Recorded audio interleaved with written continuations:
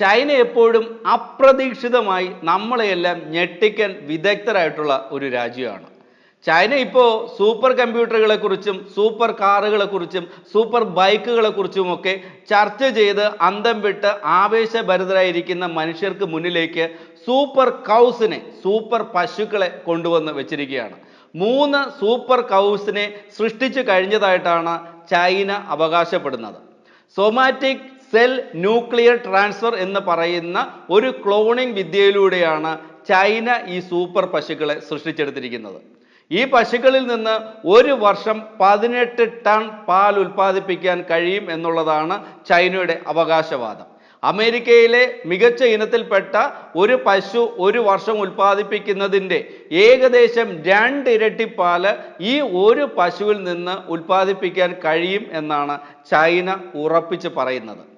ഒരു ജീവിയുടെ ശരീരത്തിൽ നിന്നെടുക്കുന്ന സെല്ലുകൾ ഉപയോഗിച്ച് ഒരു എംബ്രിയോ നിർമ്മിച്ച് മറ്റൊരു ജീവിയുടെ ശരീരത്തിൽ നിക്ഷേപിച്ച് വളർത്തിയെടുത്താണ് ഇത്തരത്തിലുള്ള ക്ലോണുകളെ ചൈന സൃഷ്ടിച്ചെടുത്തിരിക്കുന്നത്.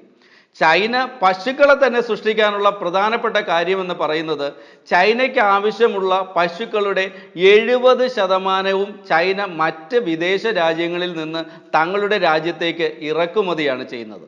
അതുകൊണ്ട് തന്നെ കൂടുതൽ മികച്ച ഇനം പശുക്കളെ, കൂടുതൽ പാൽ തരുന്ന ഇനം പശുക്കളെ നിർമ്മിച്ചെടുക്കേണ്ട ഉത്തരവാദിത്തം അവർക്കുള്ളത് കൊണ്ട് തന്നെയാണ് ഈ തരത്തിലുള്ള ക്ലോണിങ്ങിലൂടെ അവർ പുതിയ പശുക്കളെ, സൂപ്പർ പശുക്കളെ നിർമ്മിച്ചെടുത്തത്.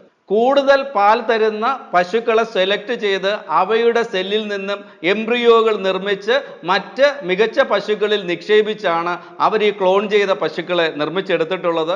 ഈ പശുക്കളെ കൂടുതൽ നല്ല ഇനം പശുക്കളുമായി ബ്രീഡ് ചെയ്ത് കൂടുതൽ ഉൽപാദന ശേഷിയുള്ള, കൂടുതൽ പാൽ തരുന്ന പശുക്കളെയും അവർ വളർത്തിയെടുത്തു തുടങ്ങി എന്ന് പറയപ്പെടുന്നുണ്ട്. ഇപ്പോൾ നിങ്ങൾ ചിന്തിക്കും, ഈ തരത്തിൽ ക്ലോണിങ്ങിലൂടെ നിർമ്മിച്ചെടുക്കുന്ന പശുക്കളുടെ പാല് കുടിക്കുന്നത് നല്ലതാണോ എന്ന്. ഡോക്ടർമാർ പറയുന്നത് പശുവിൻ്റെ പാലല്ലേ, ഒരു കുഴപ്പവുമില്ല, ധൈര്യമായിട്ട് കുടിച്ചോളാനാണ് പറയുന്നത്. അപ്പോൾ സൂപ്പർ പശുക്കളുടെ പാല് നമുക്ക് ധൈര്യമായിട്ട് കുടിക്കാം. ചിലപ്പോൾ നമ്മൾ സൂപ്പർമാൻ ആയാലോ.